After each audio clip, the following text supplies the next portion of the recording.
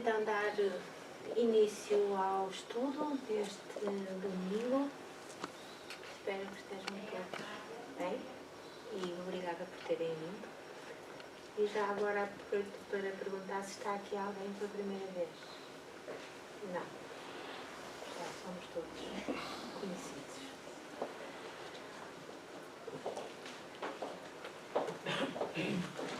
Vamos então começar a ler a mensagem. Depois, como é habitual, fazemos uma prece. Não deixa.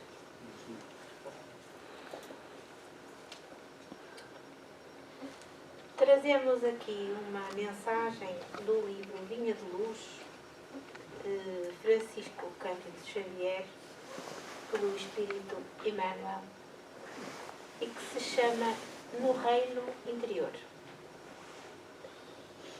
Sigamos, pois, as coisas que contribuem para a paz e para a edificação de uns para com os outros. São palavras de Paulo aos Romanos. E o comentário de Emmanuel. Não podemos esperar, por enquanto, que o Evangelho de Jesus obtenha vitória imediata no espírito do povo. A influência dele é manifesta no mundo, em todas as coletividades.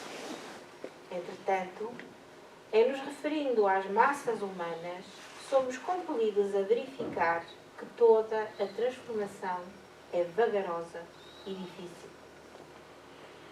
Não acontece o mesmo, porém, na esfera particular do discípulo. Cada espírito possui o seu reino de sentimentos e de raciocínios, ações e reações, possibilidades e tendências, pensamentos e criações. Nesse plano, o ensino evangélico pode exteriorizar-se em obras imediatas. Bastará que o aprendiz se afeiçoe ao mestre. Enquanto o trabalhador espia questões do mundo externo, o serviço estará perturbado. De igual maneira, se o discípulo não atende às diretrizes que servem à paz edificante, no lugar onde permanece, e se não aproveita os recursos em mão para concretizar a verdadeira fraternidade, seu reino interior estará dividido, atormentado, sob a forte tormenta. Não nos entreguemos, portanto, ao desequilíbrio de forças em homenagens ao mal, através de comentários alusivos à deficiência de muitos dos nossos irmãos, cujo barco ainda não aportou à praia do justo entendimento. O caminho é infinito e o Pai vela por todos. Auxiliemos e edifiquemos. Se és discípulo do Senhor, aproveita a oportunidade para a construção do bem. Semeando paz, colherás harmonia. Santificando as horas como Cristo, jamais conhecerás o desamparo.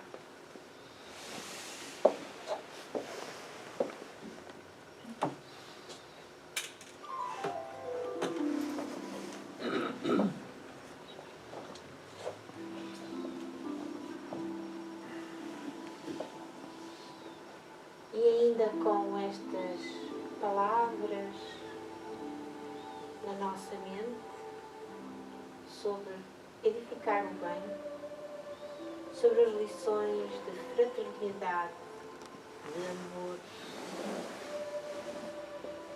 de perdão que nos traz Emmanuel, vamos unir os nossos pensamentos ao nosso querido Mestre Jesus. Sentir as vibrações amorosas que emanam da sua figura bela, serena,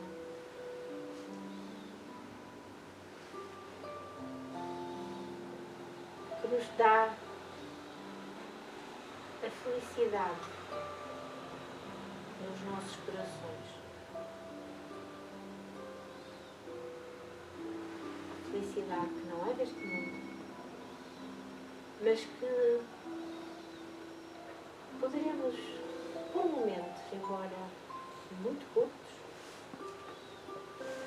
ter uma noção do que será na vida espiritual.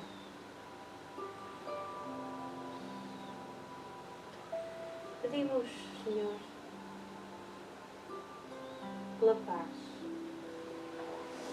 paz entre os homens.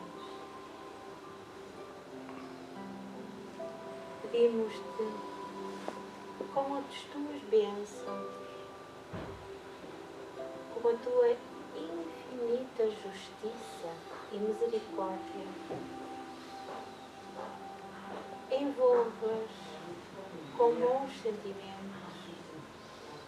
todo este planeta que sofre.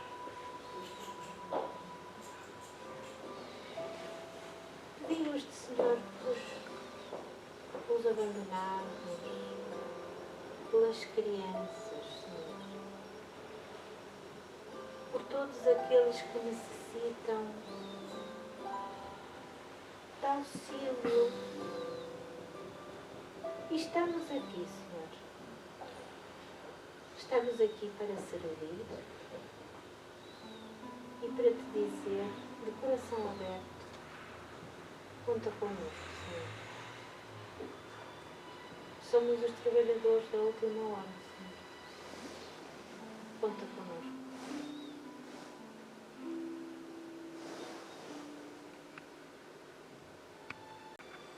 Pelo conhecimento da vida espiritual, pelo alargar da nossa visão, por entendermos tudo aquilo que se passa de uma maneira diferente, alargada. E assim, Senhor, te rogamos uma vez mais pela paz, pela concórdia e disponibilizamos para tudo aquilo que entendeste que seria nossa tarefa aqui enquanto espíritos encarnados. Gratos vos estamos por tudo, Senhor. Muito obrigada.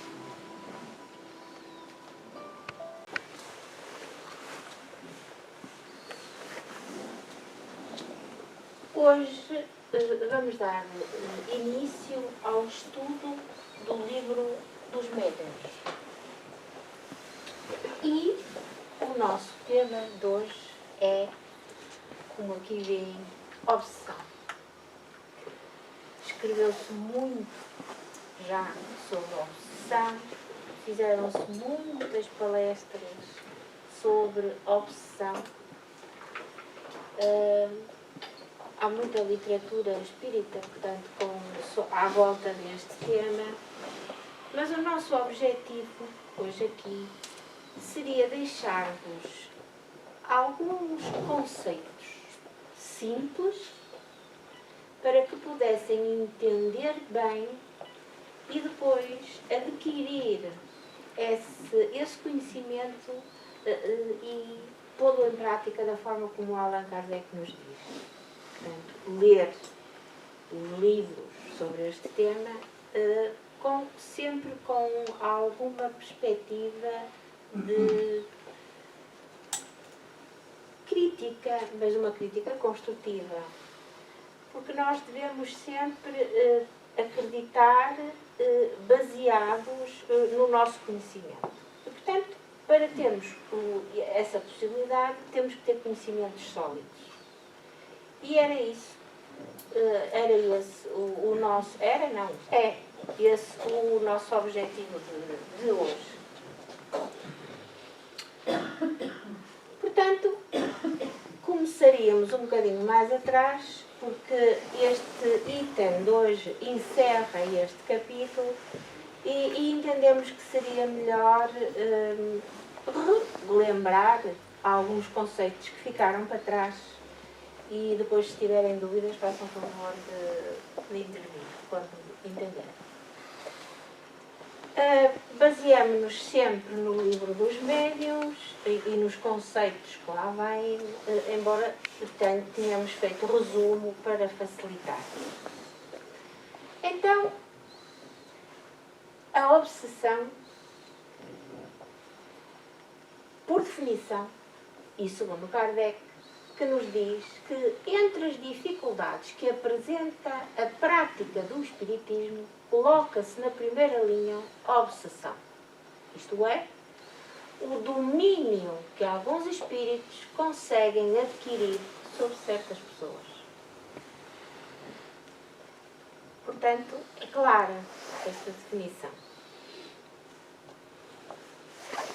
Nunca é praticada senão pelos espíritos inferiores, que procuram dominar. Portanto, os obsessores são sempre espíritos inferiores. Porque os bons espíritos nenhum constrangimento infligem, portanto, não exercem sobre nós nenhuma coação, nenhuma pressão.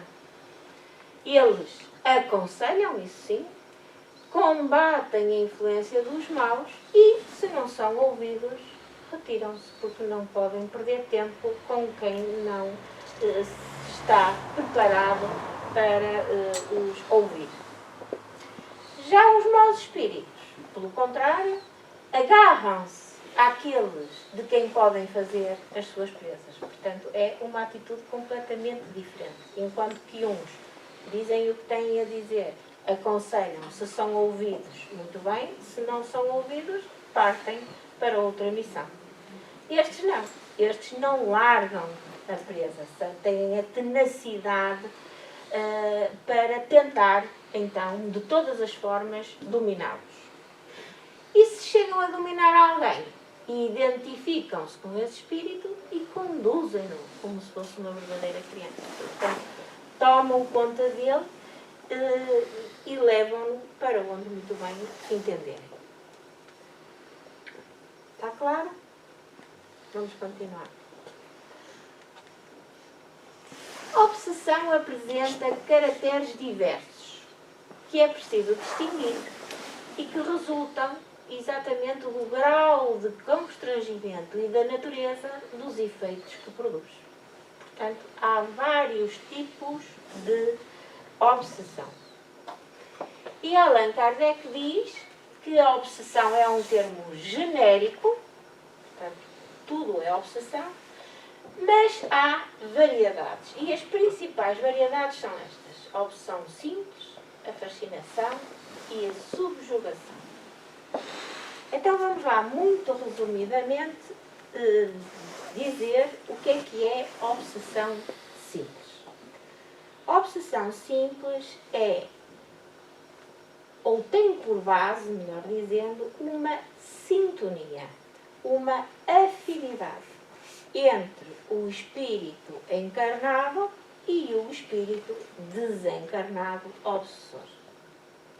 Portanto, há algo que os sintoniza, que eles têm em comum, seja determinados juízos de valor que partilham, sejam vícios de toda a espécie, sejam ideias fixas, monoideias.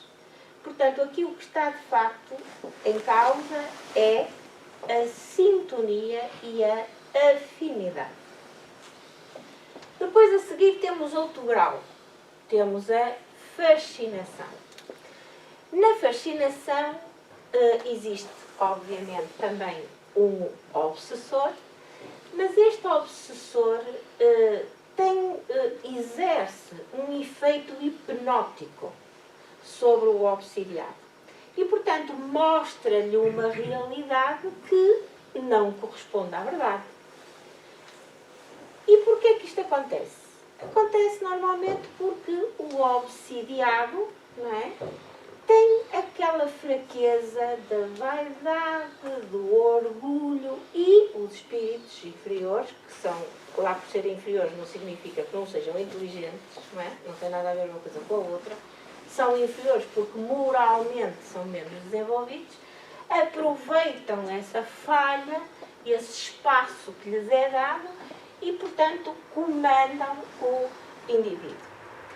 E este fica de tal maneira envolvido pelo espírito obsessor que afasta-se de maneira a que ninguém lhe possa dizer que ele está enganado. Portanto, isto é uma situação, infelizmente, muito comum. Se tivesse aqui o Casimiro, já me fazia pagar 50 cêntimos, que não se pode dizer infelizmente, mas saiu-me. Portanto, percebem bem a diferença entre a fascinação e a obsessão simples. Passemos então à situação mais grave, que é a subjugação. A subjugação geralmente é uma situação antiga, ou seja, já vem de outras vidas passadas. E o espírito obsessor tem o total comando sobre os pensamentos e ações do obsidiado. Comanda a todo o nível. Portanto, Allan Kardec considera que a obsessão pode ser ainda de dois tipos, que é a subjugação mental, portanto, em que o espírito obsessor controla todos os pensamentos, não é? E todas as atitudes, por mais absurdas que elas sejam, porque o indivíduo que está obsidiado nem se dá conta que está a cair, muitas vezes, em atitudes perfeitamente ridículas, absurdas.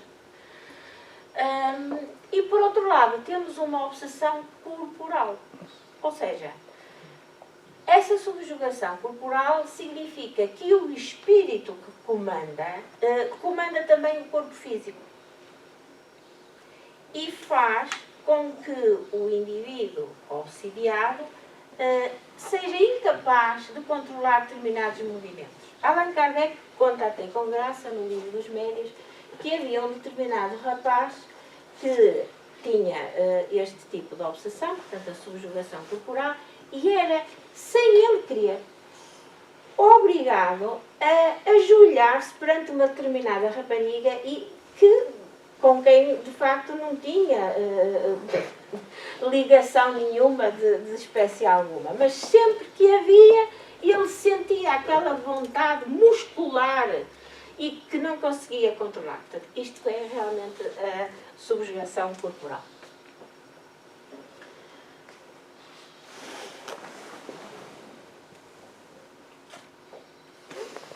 Lembrando o livro dos Espíritos, ainda antes de entrarmos propriamente no tema, esta questão é fundamental. Devemos manter esta questão sempre na nossa mente. Os espíritos influem os nossos pensamentos e os nossos atos? E a resposta?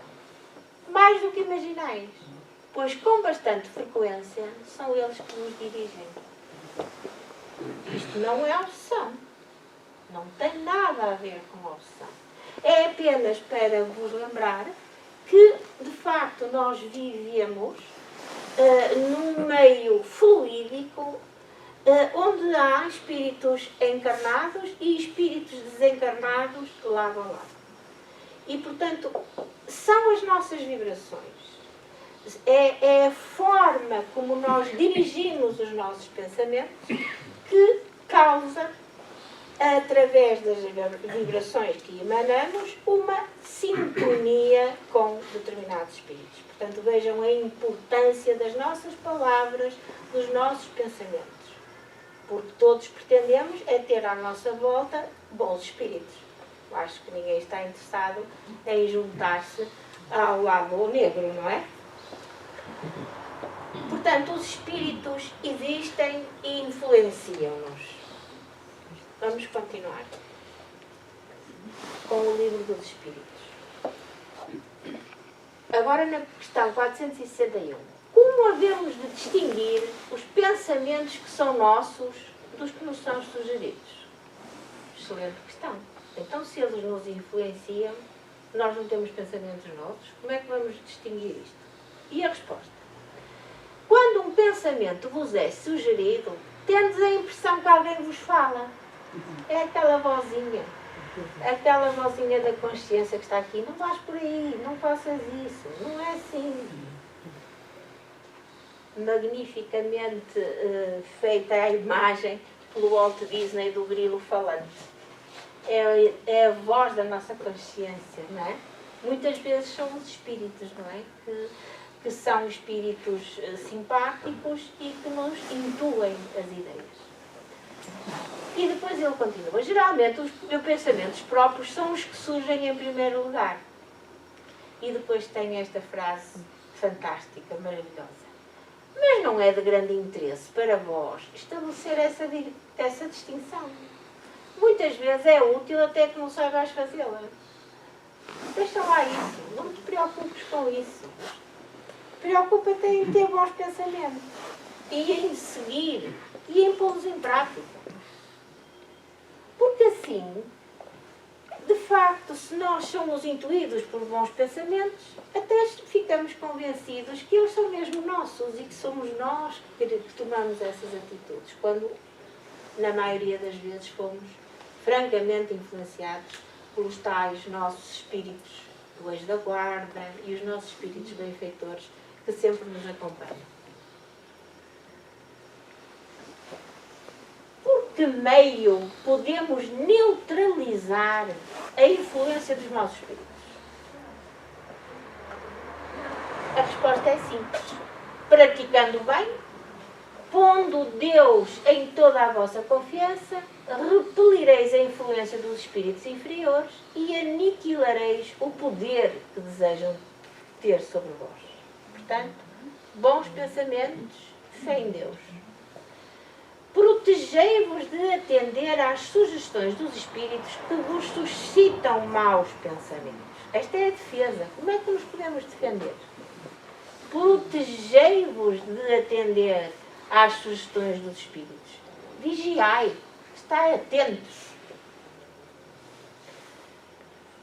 Esses maus espíritos fomentam a discórdia entre vós e insuflam-vos mais paixões. Não deixeis que isso aconteça. Está nas vossas mãos.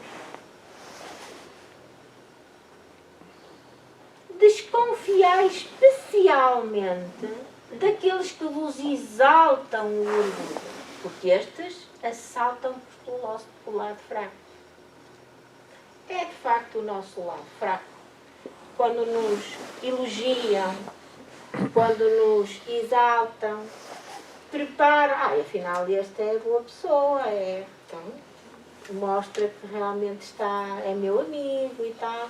E imediatamente nós deixamos cair as nossas defesas e tornamos-nos assim mais frágeis, mais suscetíveis a que os espíritos, entre aspas, nos ataquem, os maus. Por essa razão, Jesus vos ensinou a dizer: Senhor, não nos deixes cair em tentação, mas livra-nos do mal. Bom, e então, depois desta introdução, que já vai um bocadinho longa, mas que esperamos que tenha sido útil para entendermos bem estes conceitos da obsessão, vamos entrar no estudo de hoje, propriamente dito, que é o item 254 do capítulo 23. E diz Kardec: terminaremos este capítulo com as respostas que os espíritos deram a algumas perguntas e que apoiam o que dissemos. E faz esta primeira questão: por que não podem certos médiuns desembaraçar-se de espíritos maus que a eles se ligam, e como é que os bons espíritos que eles chamam não se mostram bastante poderosos para afastar os outros e comunicar-se diretamente. Ora bem, chamo aqui a atenção que estamos a tratar do livro dos médiuns e, portanto, aqui a questão e o foco será sempre os médiuns. O que não quer dizer que isto não sejam lições para todos nós. Porque o que se aplica aos médiuns aplica-se a todos nós, homens. E, de facto, os médiuns, quando sentem a influência, a perturbação na sua comunicação com espíritos da dimensão espiritual, apelam para exatamente para o seu anjo da guarda, para os seus espíritos bons, para os espíritos benfeitores, e oram. E é por isso que Allan Kardec pergunta aqui: então, e porquê é que eles, apesar desse chamamento, desses bons espíritos, não se conseguem desembaraçar dos maus espíritos? Vamos ver qual é a resposta. Não é que falte poder ao espírito bom. As mais das vezes o médium não é bastante forte para o secundar. É que a sua natureza se presta melhor a outras relações. É que o seu fluido se identifica mais com o do espírito do que com o de outro. Se identifica mais com o de um espírito do que o de outro. Isso o que dá tão grande poder aos que querem ludibriá-los. Portanto, o que é que isto quer dizer? Quer dizer que não se trata aqui do poder dos bons espíritos. Esse é inevitável. Eles têm. Agora, o que é preciso, de facto, é que o médium tenha competência moral para receber a influência dos bons espíritos e assim também o seu auxílio contra as perniciosas influências dos maus espíritos. Portanto, aqui o problema reside nos médiums e não na falta de poder em combater, sempre entre aspas,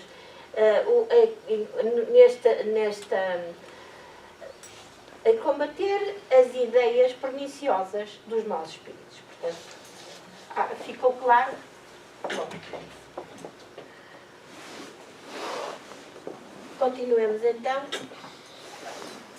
E depois temos aqui esta segunda questão. Parece-nos que há pessoas de muito mérito, de irrepreensível moralidade e que se veem impedidas de comunicar com os bons espíritos. Porquê é que isto acontece?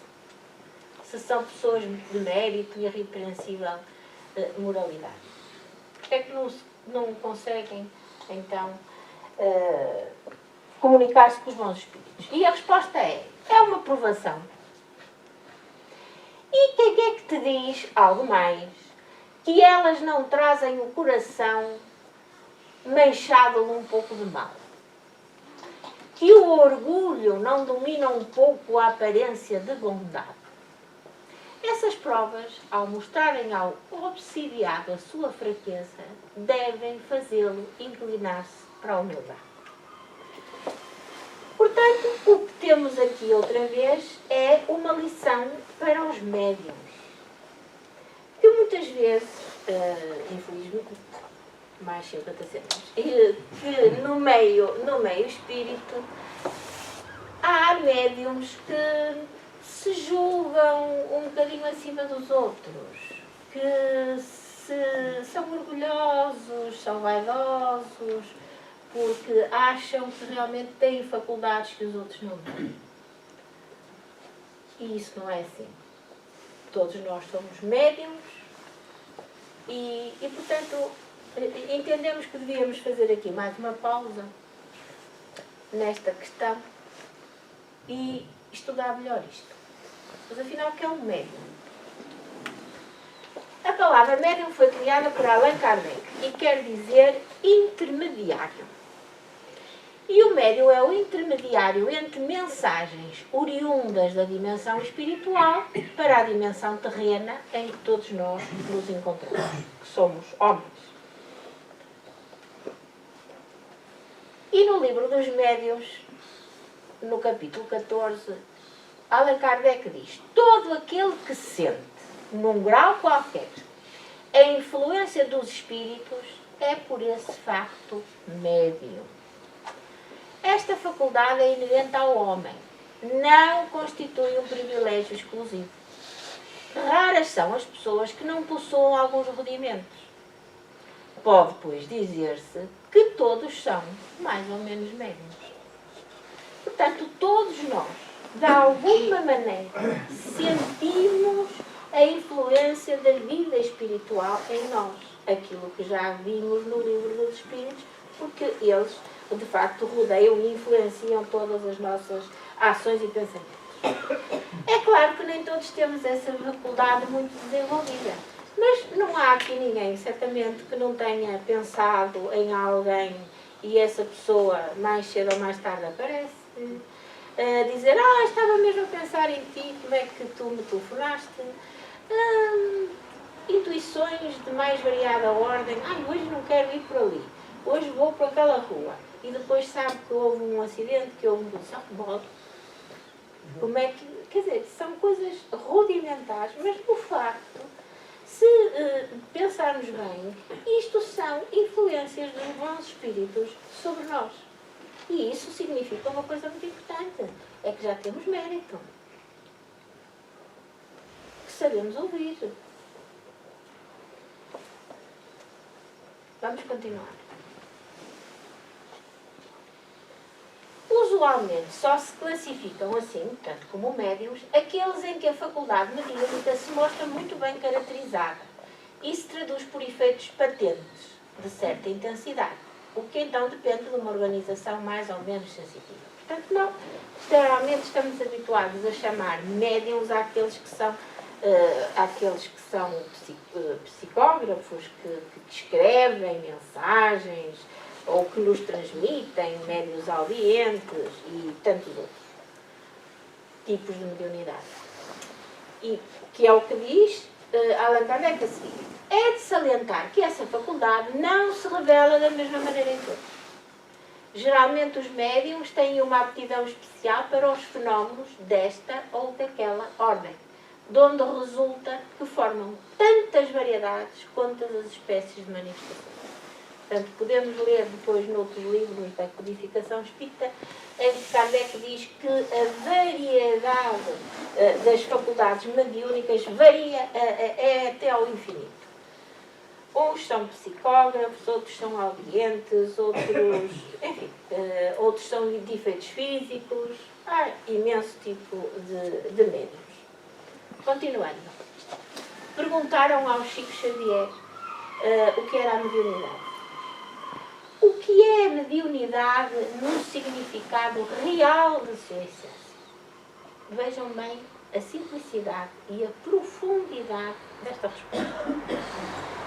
A mediunidade, na essência, é afinidade, é sintonia, estabelecendo a possibilidade do intercâmbio espiritual entre as criaturas, que se identificam na mesma faixa de emoção e de pensamento.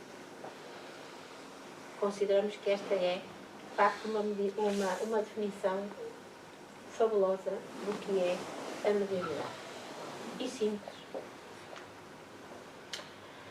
Voltemos então ao nosso estudo para continuarmos a analisar a resposta à pergunta que Allan Kardec fez aos espíritos. Parece-nos que há pessoas de muito mérito, de irrepreensível moralidade e que, apesar de tudo, veem-se impedidas de comunicar com os espíritos. E os espíritos respondem: haverá na Terra alguém que possa dizer-se perfeito? Ora, alguém que tem todas as aparências da virtude pode ainda ter muitos defeitos ocultos, um velho fermento de imperfeição. Assim, por exemplo, dizeis daquele homem que nenhum mal pratica, que é leal nas suas relações sociais. É um bravo e digno homem. Mas atenção que a nossa visão dos homens é completamente diferente da que os espíritos têm sobre os homens. eles leem o nosso íntimo. Não é? Têm outras formas de ver, porque não estão ligados a este corpo físico que tem órgãos próprios para ver, para ouvir. Tudo isso, quando a vida física termina, de facto se transforma, como podemos ler muito bem nos livros do André Luiz. Continuando. Mas sabeis porventura se as suas boas qualidades não são obscurecidas pelo orgulho? Se não há nele um fundo de egoísmo? Isto ainda a falar da tal pessoa que Kardec achava irrepreensível. Mas que apesar de tudo não conseguia comunicar-se com os espíritos. E os espíritos dizem, portanto, sabeis se as suas qualidades não são obscurecidas pelo orgulho, se não há nele um fundo de egoísmo, se não é avaro, ciumento, rancoroso, maldizente e mil outras coisas que não percebeis, porque as vossas relações com ele não vos deram lugar a descobri-las. E então, dá-nos esta máxima. O mais poderoso meio de combater a influência dos maus espíritos é aproximar-se o mais possível da natureza dos bons. Portanto, o que interessa aqui e a melhor forma de combater a influência dos maus espíritos é, sem sombra de dúvida, o nosso aprimoramento moral, o nosso esforço para nos tornarmos pessoas melhores, para termos vibrações que se afinizem e sintonizem com os espíritos superiores. Posso continuar? Já há alguma dúvida? Então passemos para a terceira questão. A obsessão que impede um médium de receber as comunicações que deseja é sempre um sinal de indignidade da sua parte. Indignidade da parte do médium. E os espíritos respondem, eu não disse que é um sinal de indignidade, mas que um obstáculo pode opor-se a certas comunicações e que o médium deve aplicar-se em removê-las. Sem isso, suas preces, suas súplicas, nada farão. Não basta que um doente diga ao seu médico, dê-me saúde, quero passar bem. O médico nada pode se o doente não faz o que é preciso. Nós dizemos isto todos os dias aos nossos doentes. Não é? Portanto, tem que haver uma parte ativa do interessado, não é? Para que ele se possa tratar. É o que se passa com o médico. Não só tem que estar vigilante, como tem que ter sempre em atenção o desenvolvimento de duas coisas que são fundamentais. O seu desenvolvimento moral, o seu aprimoramento moral, por um lado, e, por outro lado, o conhecimento, o desenvolver do intelecto através do estudo, de um estudo permanente.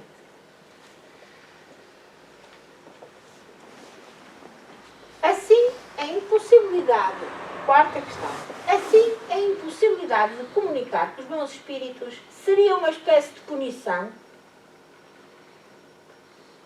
Resposta dos espíritos. Em certos casos pode ser uma verdadeira punição. Como a possibilidade de comunicar com eles é uma recompensa que deveis expressar-vos por merecer. Portanto, pode ser uma punição. Mas não vos esqueceis, fundamentalmente, que aquilo que importa é que é uma recompensa. Achamos que devíamos estudar ou demorar-nos um pouco mais sobre este tema, e então fomos ali ao item 220 do Livro dos Médios e fomos fazer um resumo simples sobre a perda e suspensão da mediunidade. Depois, se quiserem ler mais, podem estar aqui a referência. E então, nesta perda e suspensão da mediunidade, Allan Kardec diz-nos que a faculdade mediúnica, seja ela de que tipo for, está sujeita a suspensões temporárias. E quais são as principais causas dessas suspensões de comunicação com os bons espíritos? Fundamentalmente ocorrem do uso que o médium faz da sua faculdade. que geralmente é quando se serve dela para coisas frívolas, quando tem propósitos ambiciosos, portanto, quando está em questão a sua própria, o seu protagonismo, a sua vaidade, ou quando pura e simplesmente se nega a transmitir as palavras ou os factos produzidos pelos bons espíritos aos homens que a ela recorrem. Porque o facto, o médium tem por objetivo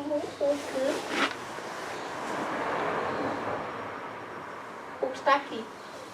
O objetivo das comunicações com os bons espíritos é a melhoria espiritual do médium. Isso é. Mas é fundamentalmente a possibilidade de transmitir aos homens a verdade. Estamos numa doutrina profundamente esclarecedora, consoladora, e, portanto, cabe ao médium ter essa atitude, em primeiro lugar, porque Deus concedeu-lhe essa faculdade de poder comunicar com os espíritos na vida espiritual. Porque espíritos somos todos. Allan Kardec diz que enquanto que há homens, há espíritos. Porque os espíritos são as almas dos homens. Não é? E, portanto, todos estamos unidos e todos temos essa capacidade de comunicar uns com os outros. Quinta pergunta. Não se pode também combater a influência dos maus espíritos moralizando-os? Sim, diz o Espírito. É o que não se faz, mas é aquilo que não se deve deixar de fazer. Muitas vezes isso constitui uma tarefa que vos é dada e que deveis desempenhar de forma caridosa e religiosamente, sempre. Por meio de sábios conselhos, é possível induzir os maus espíritos ao arrependimento e apressar-lhes o progresso. Portanto, está também na nossa mão, não é? Combater a influência dos espíritos, orando por eles. Esta linha A diz: como pode um homem ter a esse respeito mais influência do que a têm os próprios espíritos? Portanto, primeiro falava sem moralizar. Allan Kardec quer saber mais, como sempre. Como pode ele fazer isso? A resposta é: os espíritos perversos aproximam-se primeiro dos homens que procuram atormentar. Eles aproximam-se primeiro dos homens do que dos bons espíritos, dos quais se afastam o mais possível. Por que será? Porque são muito mais próximos de nós, porque nós ainda nos encontramos numa escala de evolução espiritual ainda muito inferior, por muito que nos custa admitir. Mas, de facto, somos muito mais próximos dos espíritos inferiores do que dos bons espíritos. E nessa aproximação dos humanos, quando encontram algum que os moraliza, a princípio não os escutam e até se riem dele. Depois, se o homem os sabe prender, acabam por se deixar tocar. Os espíritos elevados, só em nome de Deus, lhes podem falar. E, portanto, isso apavora-os e afasta-os. Portanto, de facto, o homem tem aqui, digamos que, uma posição privilegiada para moralizar os bons espíritos. E continua a resposta. O homem, indubitavelmente, não dispõe de mais poder do que os espíritos superiores. Isso é certo, não é? Nós não temos mais poder. Porém, assim, a linguagem se identifica mais com a natureza daqueles outros. E ao verem o ascendente que o homem pode exercer sobre os espíritos inferiores, melhor compreendem a solidariedade que existe entre o céu e a terra. Portanto, quando nós sentimos a presença desses espíritos inferiores ou menos desenvolvidos, a nossa vontade de os vencer, a nossa força de vontade não é suficiente. Porque isso até vai desencadear nos espíritos uma força ainda maior e assim perdemos a batalha, não é? O que interessa mesmo é tratá-los com amor, porque são irmãos. São irmãos nossos que ainda não encontraram o caminho de Deus, não é? Que não encontraram o caminho do bem. E que precisam muito da nossa ajuda.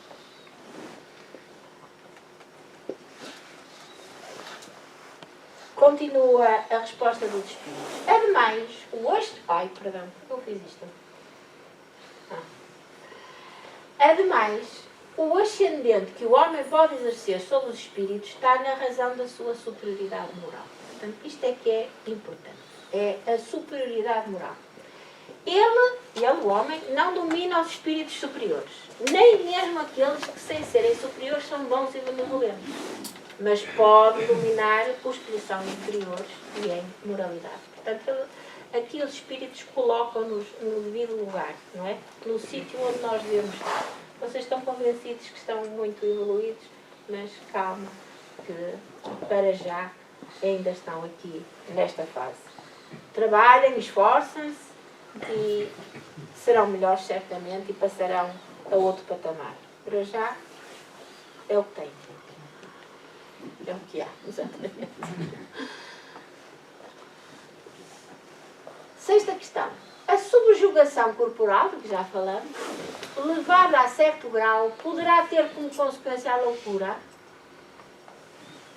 Sim. A subjugação corporal pode. É uma espécie de loucura, cuja causa o mundo até desconhece, mas que não tem relação alguma com a loucura ordinária, com aquela loucura normal que todos nós conhecemos, os loucos, os que estão internados. Naquela altura, não se esqueçam que estamos a falar de 1861.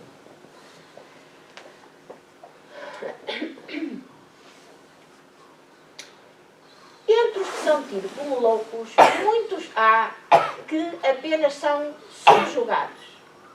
Não se esqueçam da influência que os espíritos podem ter sobre outros mais fracos, não é? Levando-os até a fazer movimentos involuntários e numa situação até de mais grave, podem levá-los ao suicídio. E, portanto, estes indivíduos precisam de um tratamento moral. Enquanto que com os tratamentos corporais os tornamos verdadeiramente loucos. Enquanto que os tratamentos corporais que somos nós que os infligimos. Quando os médicos conhecerem bem o espiritismo, saberão fazer essa distinção entre a parte moral e a parte corporal ou física. E curarão mais doentes do que com as duchas. É curioso isto das duchas porque, como disse, estamos em 1861 e, portanto, tratavam-se os loucos assim. Portanto, fechavam-se dentro de hospícios, dentro de hospitais próprios para loucos e dava-se-lhes banhos de água fria, gelada, para que eles se acalmassem quando entrassem em situações de maior agitação. Não havia cá medicação, era mesmo assim, choques elétricos, banhos de água fria, gelo, fechavam-se em celas sozinhos, uma barbaridade. Mas isso já não acontece, podem estar sossegados. Que se deve pensar dos que vendo um perigo qualquer no espiritismo, julgam que o meio de preveni-lo seria proibir as comunicações espíritas? É uma boa pergunta, não é? É uma excelente pergunta. Acaba-se com as comunicações espíritas e, portanto, acabou o perigo da obsessão e de outras coisas assim.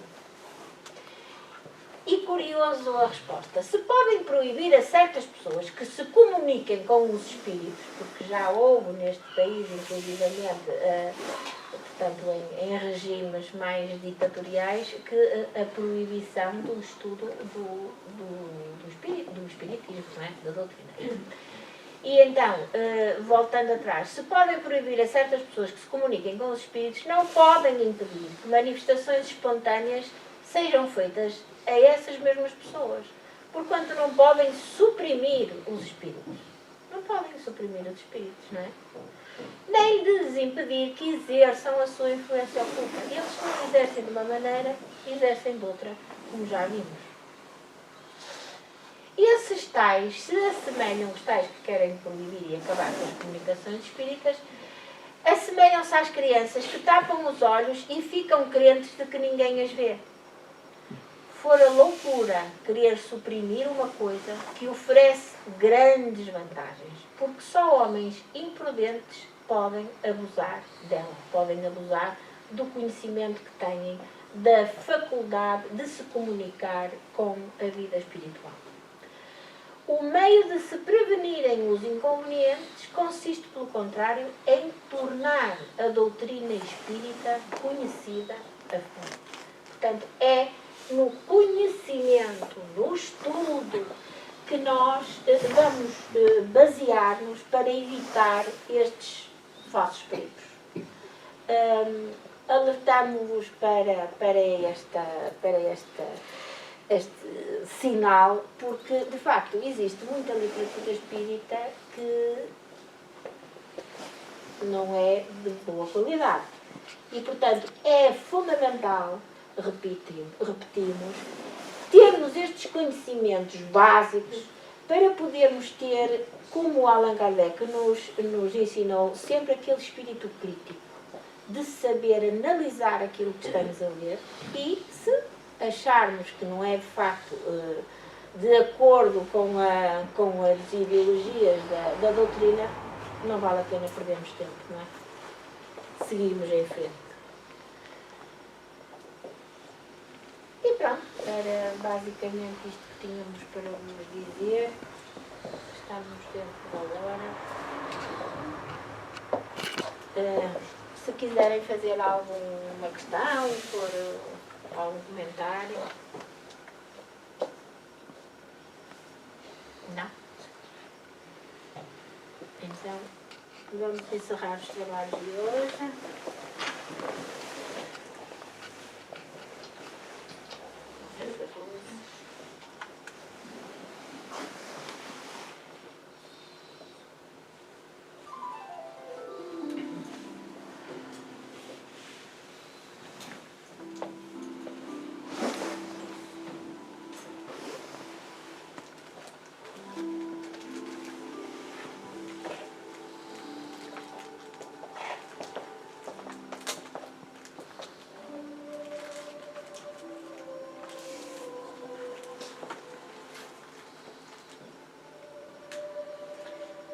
E agora, Senhor,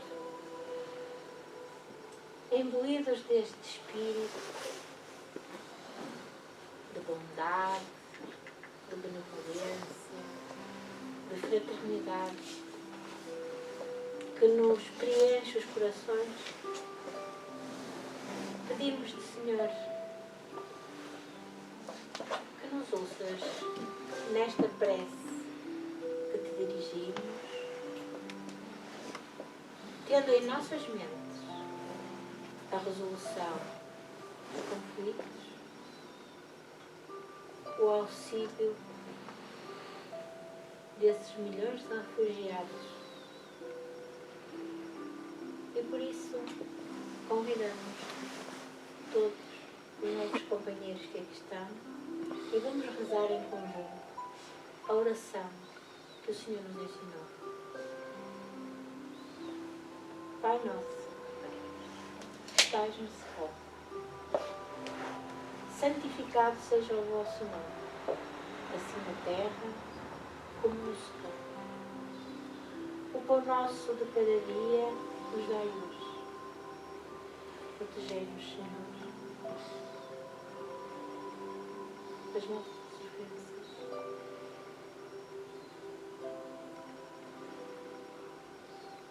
Assim na terra como no céu.